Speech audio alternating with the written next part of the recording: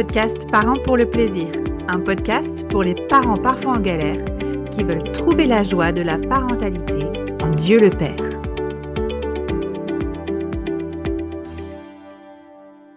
Bonjour tout le monde, moi c'est Chloé.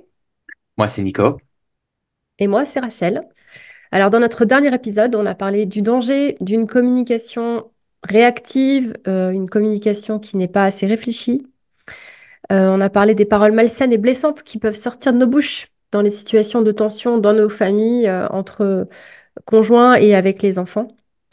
Et on a vu que la Bible nous équipe en tant que parents. Elle nous équipe à communiquer de manière saine, constructive avec nos enfants parce qu'elle nous propose Dieu le Père comme modèle, un modèle du Père céleste qui, lui, est lent à la colère et qui est riche en compassion, qui est riche en bonté.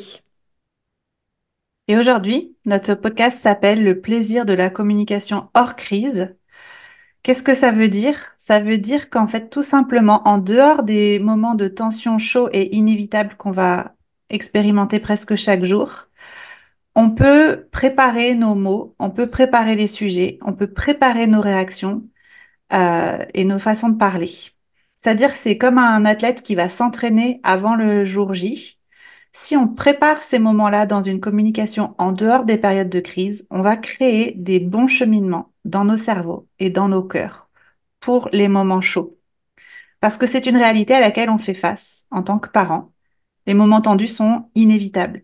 Et quand ils sont mal gérés, ça va vraiment saper notre paix familiale, ça va fragiliser nos relations les uns avec les autres. Et donc ce principe qui va nous aider face à cette réalité, c'est que dans notre stratégie familiale réfléchie, on investit du temps et de l'énergie dans la communication saine et intentionnelle en dehors des moments de conflit pour nous aider à répondre avec plus d'amour et de sagesse quand ça chauffe à la maison. On veut juste prendre conscience en fait qu'il y a deux types de communication hors crise. Premier type qu'on va explorer aujourd'hui, c'est de revenir en arrière sur un moment chaud.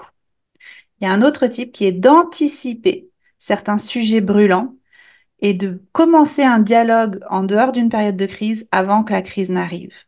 Et ça, ce sera le sujet de notre prochain podcast. Et pour aujourd'hui, dans notre discussion, on va se poser deux questions. On va se demander quel devrait être le contenu de cette communication hors crise dont Chloé parlait. Quels sont les sujets qui seront importants à aborder quand tout est calme et qu'on peut discuter dans de bonnes conditions. On va aussi se demander quelles habitudes de bonne communication est-ce qu'on doit cultiver dans ces moments-là. Comment faire en fait pour s'entraîner en famille, pour mieux gérer ces situations de crise, on l'a dit, qui sont inévitables. Donc dans un premier temps, quel serait le contenu essentiel pour notre communication hors crise? On a de quoi discuter, les amis. Et je me dis que ce serait intéressant de commencer avec ce que nous, dans la famille Van, on aime appeler un super pouvoir. C'est le super pouvoir de la métacommunication. Qu'est-ce que ça veut dire? Eh ben, c'est l'idée de prendre du temps pour parler de notre communication. Donc, au-delà juste le fait de communiquer les uns avec les autres, c'est l'idée que parfois, c'est bien de prendre juste un petit peu de distance et revisiter notre communication pour réfléchir ensemble sur ce qu'on s'est dit et pourquoi et qu'est-ce qui était derrière. Et la question peut se poser, ben, pourquoi, en fait, à quoi ça sert de revenir en arrière, surtout s'il s'agit d'une communication qui était difficile, qui était douloureuse. En fait, naturellement, on a plus envie de juste de balayer, d'oublier, d'avancer et faire en sorte que on n'a pas vécu ça. Et je pense que dans certaines cultures familiales, cette tendance, c'est justement la tendance qui domine, c'est qu'on ne revisite pas et il peut y avoir différentes raisons qui expliquent cela, mais en fait, dans l'absence d'un travail de métacommunication, souvent il nous manque des mots, du vocabulaire pour pouvoir parler de qu'est-ce qui s'est passé en nous. Et le grand danger, en fait, c'est que en balayant ces choses, en toujours cherchant à avancer comme si rien n'était, eh ben, il peut y avoir des blessures, des souffrances intérieures qui continuent dans le temps à exercer une influence sur nos relations. Hmm. Ça m'intrigue un peu quand je t'entends, Nico, parler de ce super pouvoir dans votre famille. Enfin, j'entends un peu, et je me demande si on est dans... Ça peut faire penser un peu au développement personnel, en fait, d'avoir des discussions où on est plus dans la recherche d'être dans le bon mindset, quoi. Pour ceux qui parlent anglais, que ça fasse un peu self-helpy, Hmm, centré un peu sur trouver en soi, entre soi, les clés pour mieux communiquer. hmm. Ouais, je suis d'accord avec toi, Rachel. Je pense que c'est assez en vogue, cette notion de se dire que si on a une bonne communication entre êtres humains, on va trouver un moyen d'avancer et on va y arriver. Et je Mm, pense que c'est pas tout à fait la vérité. Je pense que, il faut qu'on ouvre un peu le bocal de cette communication, très horizontale. Et, euh, et en fait, la réalité, c'est que la Bible parle en fait de ce super pouvoir, de pourquoi est-ce qu'on revient sur les situations difficiles, quel est le but. Et en y réfléchissant, rapidement, moi, ça me fait penser au passage dans Matthieu 18, le verset 15, qui mm, certes s'applique à des conflits dans l'Église, mais comme on l'a déjà dit, en fait, souvent la famille, c'est le microcosme de l'Église. Et ce verset dans Matthieu 18, verset 15 dit, si ton frère a péché contre toi, va et reprends-le seul à seul. S'il t'écoute, tu as gagné ton frère. Et dans ce verset, on a trois différentes étapes en fait. C'est si ton frère a péché contre toi, donc une situation tendue dans le passé, va et reprends-le seul à seul, qui implique qu'il y a eu du temps qui s'est passé, qu'on va reprendre cette communication. Et puis mm, un but, s'il t'écoute, tu as gagné ton frère.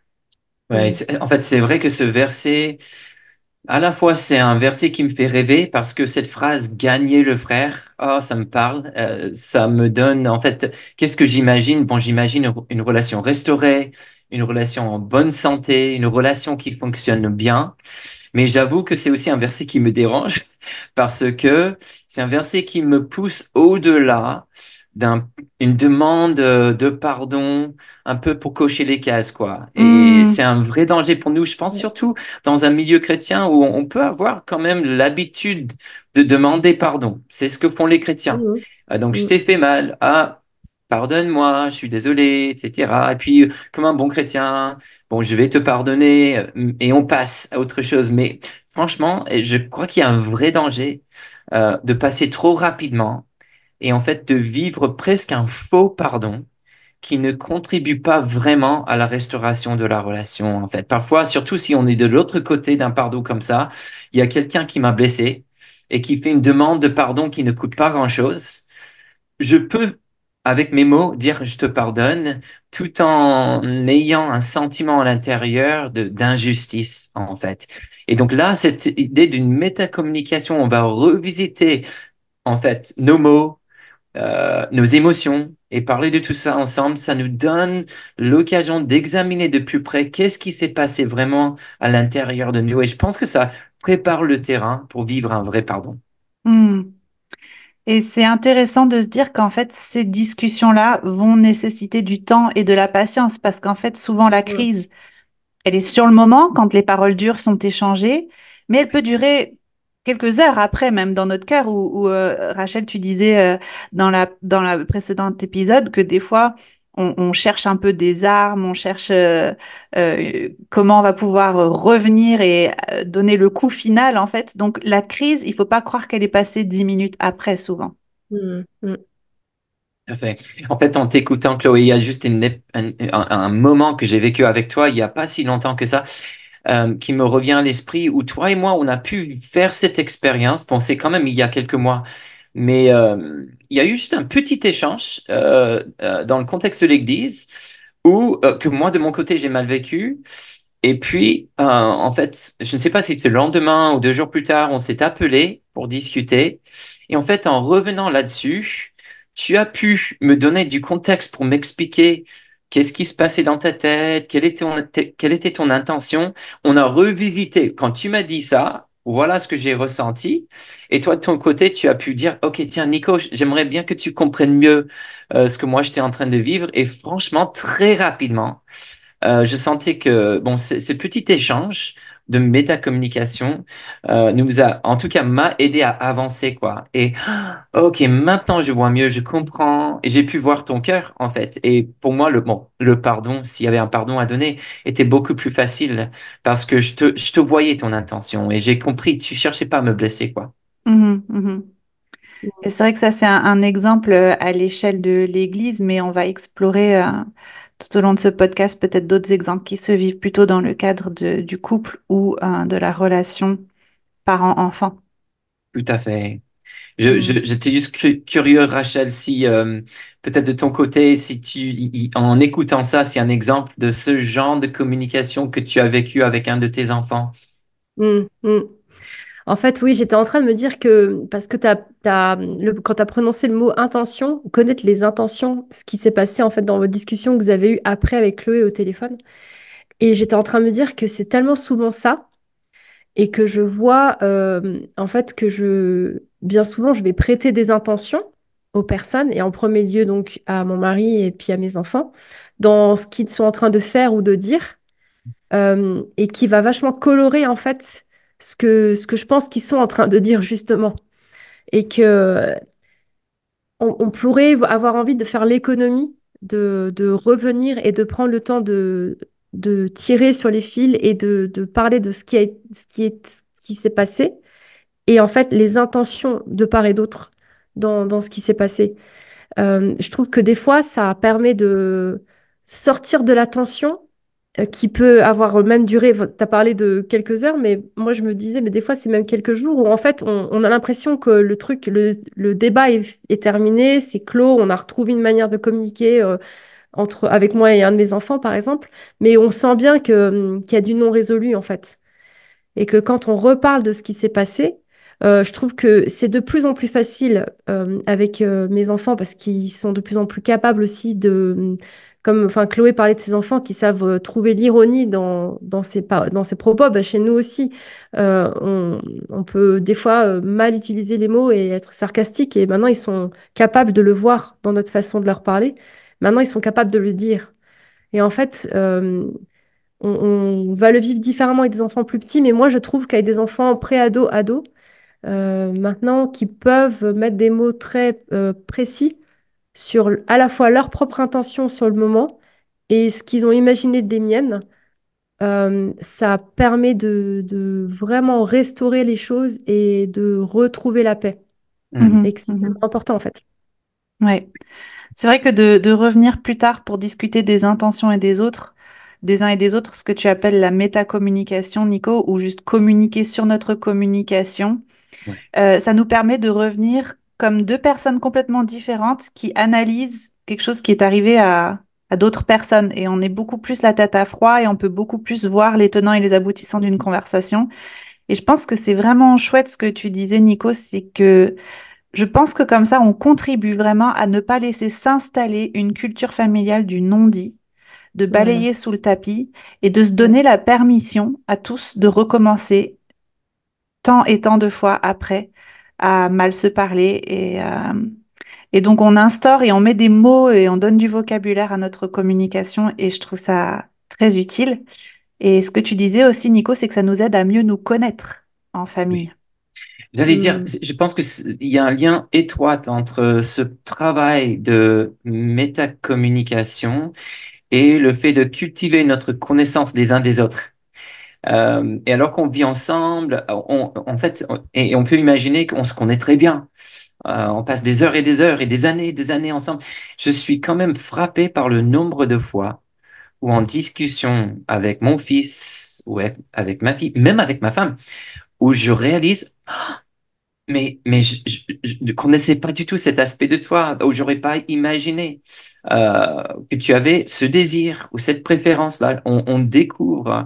Donc, d'un côté, il y a un aspect très beau. Il y a une découverte continuelle dans les relations. Mais malheureusement, je pense qu'on peut être assez paresseux Trop souvent, on peut Ouais. prendre comme Mm. acquis que je te connais, je sais qui tu es et comment tu fonctionnes, alors qu'on est toujours en train d'évoluer. Donc, le fait de revenir comme on fait là, ça ouvre la porte à une meilleure connaissance de l'autre. Rien que cette notion d'intention, quand je découvre les intentions du cœur de mon enfant, par exemple, ça m'aide à prendre plus, en fait, à faire d'abstraction, prendre du recul dans mes communications pour me dire, tiens, OK, quand Wesley me dit ça, qu'est-ce qui peut se passer dans son cœur? Peut-être moi, je ne dirais pas comme ça, mais je ne suis pas Wesley. Il est différent. Et donc, lui, il est comment, qu'est-ce qu'il aime, quelles sont ses peurs, quelles sont ses préférences. Et plus j'apprends à reconnaître ces choses, mieux je suis situé pour comprendre mon fils et mieux communiquer avec lui, surtout quand ça commence à chauffer. Mhm. Mm. Mm. En fait, c'est vrai que moi, dans ma famille, j'ai un de mes fils qui est un vrai clown et il aime beaucoup faire des blagues et c'est aussi un enfant qui a des intentions très, enfin, des émotions très intenses qui va exploser en larmes, en cris, etc. Et donc, on pourrait se dire qu'avec cet enfant-là, on peut être dans une communication un peu justement sur le ton de la blague et sur le ton de l'humour. Sauf qu'en fait, je découvre au fur et à mesure que pas du tout. Et ça va être un de mes enfants qui, le soir, va faire exactement ce que tu proposes là, Nico, de la métacommunication, va me dire, tu sais, maman, tout à l'heure, quand tu m'as dit ça, eh ben, je sentais que tu faisais une blague sur quelque chose qui m'a rendu triste ou je me suis sentie humiliée et il revient dessus. Et là, je me rends compte qu'en fait, malgré ce que je crois connaître de mon enfant, ce que je dois apprendre à connaître, c'est qu'en fait, le mode de communication blague et humour ne marche pas du tout sur lui et le touche très profondément, en fait. Mm. Mm. On n'a jamais fini de découvrir des choses et de réaliser en fait aussi, justement, puisqu'on est différents dans un même foyer, on a tous aussi nos manières de réagir et de communiquer Mhm. différemment. Mm, mm, mm. On a proposé aussi en début d'épisode de se poser la question des habitudes de bonne communication qu'on cultive aussi dans les moments calmes, parce que bah, il y en a. Et Nico, tu aurais des exemples, toi, de ces moments calmes auxquels on aspire, hein, faut le dire aussi.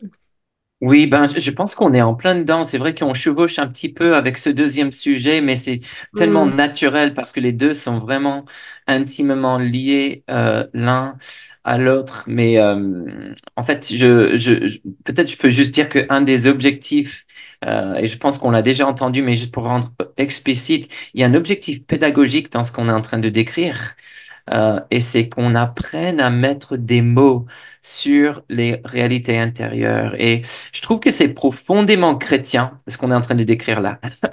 C'est Ouais. profondément biblique parce que la Bible a un des objectifs de la Bible, c'est vraiment d'ouvrir, en fait, de séparer le voile, nous donner un aperçu de ce qui se passe vraiment à l'intérieur de nos cœurs.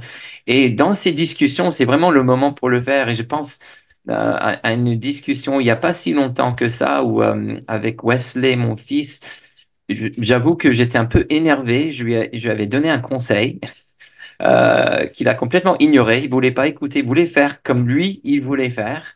Et j'étais en train de le regarder mal faire quelque chose. Je voulais qu'il fasse bien. Et j'étais un peu frustré qu'il refusait d'accepter des conseils de papa. Je trouvais que mes conseils étaient bons et que la sagesse de son côté, ce serait d'écouter son père qui avait plus d'expérience dans ce domaine. Et quand il ne m'écoutait pas, il y a une émotion qui commençait à monter en moi. Ce qui est quand même intéressant, c'est que lui, il a fait un peu plus peut-être comme Rachel, tu aurais tendance à faire, comme tu as décrit avant, plutôt que de répondre avec colère, il s'est renfermé en fait en lui-même, il a arrêté de parler avec moi. Mm. Euh, je pense qu'il cherchait à se protéger quand il sentait que mes émotions montaient, il s'est éloigné, Mhm. il s'est assis. Puis à un moment donné, je me suis mis juste à côté de lui. On était là en silence, un peu en attendant, moi-même, en cherchant à calmer mon sentiment intérieur. Et puis à un moment donné, Wes, il commence à parler et il commence à mettre des mots sur ce qu'il ressent. Et il m'a dit, en gros, papa, quand j'ai un peu peur, je n'arrive pas à parler. Et je dis, tiens, c'est hyper intéressant. Et on a pu commencer à parler de pourquoi est-ce qu'il a peur. Il a observé que j'étais énervé. etc.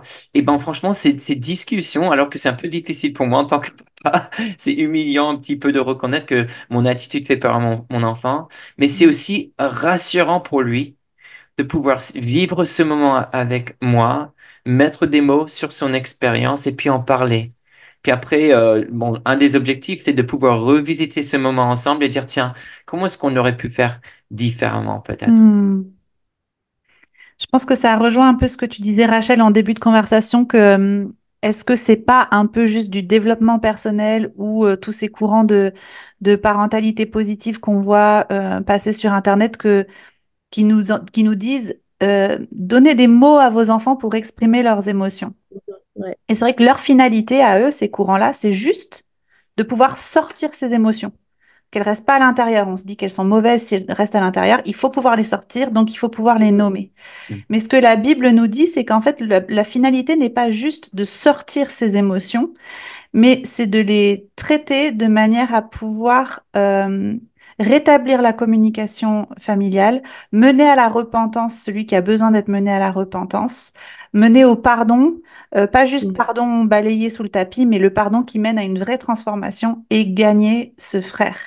Et donc, pour mm, les parents de jeunes enfants, ce travail d'aider à mettre des mots sur j'ai peur, introduire la notion de honte, de culpabilité, d'humiliation, de ce que Wesley a communiqué, le fait qu'il est comme gelé quand on lui parle mal. En fait, le but de mettre ces mots-là, c'est de mener à la repentance, au pardon et à la transformation de la culture familiale. mm. Ouais. Et j'étais en train de me dire que dans tout cela, lorsqu'on est dans une famille chrétienne, que on peut aussi le faire avec nos enfants, c'est qu'il y a le rôle de la prière là-dedans, Mm, Mm, qui est tellement important et que je trouve tellement magnifique en fait, parce que je me dis effectivement, la limite aussi de tout ce qui peut être plutôt dans le développement personnel, de chercher à communiquer ce que moi j'ai ressenti, comment ça s'est passé pour moi, tout ça. Il y a des très bonnes choses là-dedans, d'apprendre une saine communication, mais elle est encore très limitée à soi quand même. Et en fait, je trouve qu'il n'y a rien de mieux que de se mettre avec une autre personne et pouvoir prier ensemble, parce que ça mm, révèle beaucoup de choses et ça révèle aussi la nature de où est-ce qu'on en est ensemble aussi. Euh, et ça sort aussi de juste moi et peut-être moi et la personne à côté de moi, parce qu'on est en train de s'adresser à Dieu et on demande aussi son aide et son aide dans justement cette démarche, je trouve, de réconciliation qui passe par le pardon avant. Elle est tellement importante en fait. Et elle nous aide dans ces habitudes de communication saine, je mm, trouve. mm. Et Voilà, je pense à des moments, de bons moments en famille, en fait, où parfois la journée n'a pas été super, mais elle s'est terminée avec ça. Une mm, prière simple. mm. Et que ça a tellement changé. Ouais, Ouais. on oublie le reste de la journée. Mais c'est tellement important pour notre relation de parents-enfants avec Dieu que la Bible y a dédié un livre entier, le livre des psaumes, où mm, le Ouais. but c'est de mettre des mots sur tout un tas d'émotions humaines euh, et de les apporter à Dieu pendant la crise, en dehors de la crise, pour préparer la crise Mm, suivante. Il y a un livre mm, excellent pour les enfants qui s'appelle Tout ce que je devrais savoir sur la prière de Nancy Guthrie oui. Mhm, qui, qui apprend aux enfants à prier à toutes les émotions qu'ils peuvent avoir. Et mhm, avec l'appui de psaumes et de versets bibliques solides, c'est vraiment un super livre. mm. Très bon exemple. C'est vrai, on pourra sûrement le mettre dans le descriptif pour ceux que ça intéresserait Mm, de se procurer le livre. Ouais, je connais plein d'adultes qui l'ont lu, qui ont dit mais c'est pour les enfants, mais tous les adultes pourraient le lire aussi. c'est clair, c'est clair. Moi, je pense juste rapidement, avant de conclure, à une anecdote en t'écoutant, Rachel, en parlant de la prière. Il y a un souvenir qui reste ancré dans les cerveaux de mes trois grands-enfants, d'un moment quand ils étaient tous bien plus jeunes et moi, j'étais tout seul dans ma chambre en train de préparer ma première euh, introduction à la Sainte Seine en français. Mhm, J'étais très stressé parce que ce serait vraiment la première fois où je pars devant l'église en français. C'était il y a des années. Et je me souviens, Annie était en train de prendre sa douche, les enfants jouaient dans le salon, mais en fait, ça partait en live, ça faisait beaucoup de bruit. Et là, j'étais déjà tellement stressé et je sentais la colère monter, monter, monter en moi et que ça allait exploser. Et puis, en fait, il y avait juste une petite pensée qui rejoint ce que tu as dit, Rachel. Nico, il faut prier là. Il faut que tu pries. Mm. Et donc, je suis sorti de ma chambre. J'entre dans le salon. Les trois enfants me regardent les yeux grands ouverts comme ça, parce que je pense qu'ils voyaient sur mon visage que papa était vraiment enflammé.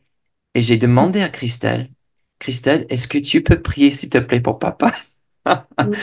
Ouais. Et Christelle, elle s'est levée en fait et elle a commencé à prier comme jamais auparavant dans sa vie avec beaucoup de passion pour Pour son papa. éloigner les foudres. Seigneur.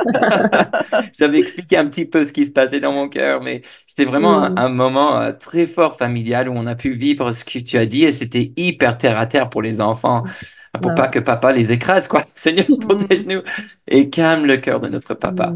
Mm. Mhm. Pour une petite Ouais, anecdote. je Mhm. comprends que ce soit resté gravé dans leur esprit, ouais. Et Ouais. c'est vraiment un super exemple, ouais. Ouais. Mm.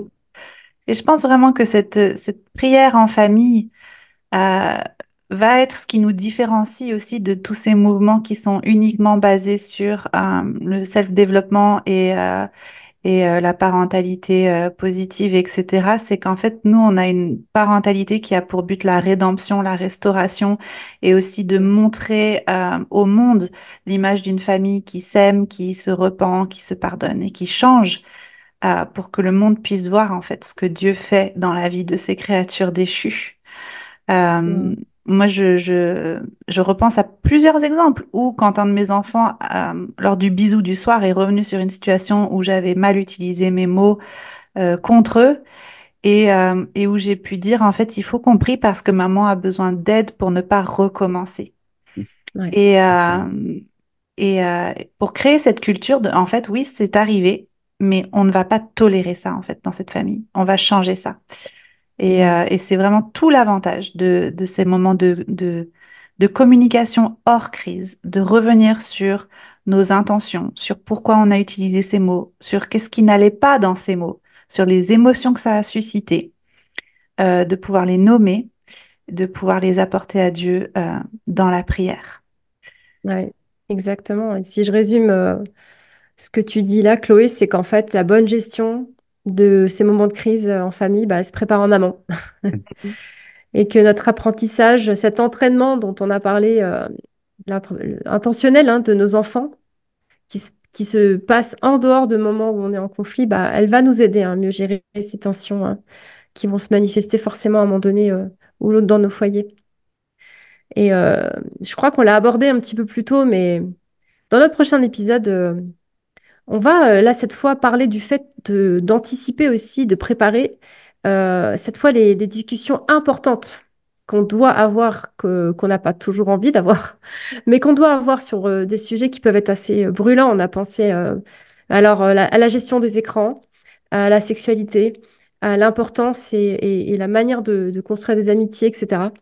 Euh, on va discuter ensemble du fait de traiter ces sujets en dehors des temps de crise et de dispute aussi parce qu'on veut pas les lier à des moments de tension et parce qu'en fait, on veut nous amener ces sujets bien réfléchis avec nos enfants et pas attendre qu'ils nous soient présentés comme un fait accompli alors qu'on n'est pas préparé. Donc là, je vous parle rapidement de ce qu'on fera Hmm. la prochaine fois. Mais en attendant, on peut avoir des étapes concrètes pour cette semaine, Chloé. Oui, ce qu'on voulait vous suggérer, c'est de lire à plusieurs reprises en couple ou pourquoi pas mémoriser en famille le verset suivant. C'est Proverbe 22, verset 6. Éduque l'enfant d'après la voie qu'il doit suivre. Même quand il sera vieux, il ne s'en écartera pas. Et je pense que ce verset n'est pas une promesse, on est bien d'accord, mais il Mm. s'agit d'un principe de sagesse qui s'applique à notre culture familiale et de comment changer durablement une culture familiale pour que les enfants ne s'écartent pas de quelque chose qu'on aura instauré, mis en place et changé dans nos cultures familiales. Donc, lisez ce verset et ensuite identifiez avec un ami, une amie proche, un conjoint ou pourquoi pas avec vos enfants. quelques sujets et quelques habitudes à prendre en lien avec la communication saine qu'on aimerait commencer à mettre en place dès cette semaine et Mm. comment travailler avec nos enfants pendant les moments calmes en famille. Une courte parole de bénédiction alors pour conclure. Déjà que le Seigneur nous donne du courage en tant que parents pour revisiter Hmm. ces moments difficiles qu'on aurait peut-être envie nous-mêmes de balayer, passer à côté, et qui nous donne aussi du discernement pour qu'on arrive à mettre des mots, peut-être d'abord sur ce que nous, on vit intérieurement, mais aussi pour qu'on apprenne à nos enfants à faire pareil, afin qu'on vive de vraies réconciliations et que notre communication en famille glorifie notre Dieu en Jésus-Christ. Amen. Amen. Amen.